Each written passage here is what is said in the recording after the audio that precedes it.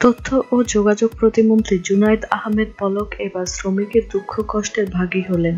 নিজ নির্বাচনী এলাকার মানুষের মণিকোঠায় স্থান পেতে রোদ বৃষ্টি উপেক্ষা করেই ছুটে বেড়াচ্ছেন পথে প্রান্তরে, করে যাচ্ছেন একের পর এক ব্যতিক্রমধর্মী কাজ।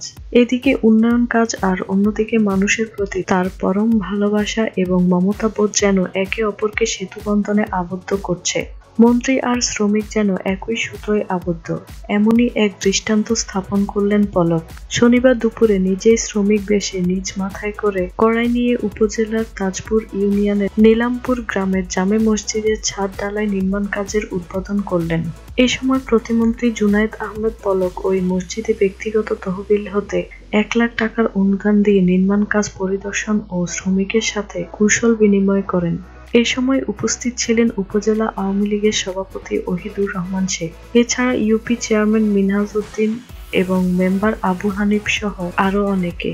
পরে প্রতিমন্ত্রী 2021 সাল নাগাদ সিংড়া উপজেলায় শতভাগ বিদ্যুতায়ন নিশ্চিতকরণের লক্ষ্যে 9 নং তাজপুর ইউনিয়নের বাদুড়িপাড়া চর তাজপুর খরসাতি গ্রামে প্রায় 29,40,000 টাকা ব্যয়ে 134টি পরিবারের নতুন বিদ্যুৎ সংযোগ প্রদান করেন এবং এলাকার সাধারণ মানুষের সাথে মতবিনিময় করেন। এ সময় প্রতিমন্ত্রী পলক বলেন, 2021 সাল নাগাদ দেশের প্রতিটি ঘর আলোকিত হবে, সেই লক্ষ্য নিয়ে বর্তমান সরকার কঠোরভাবে কাজ করে যাচ্ছে।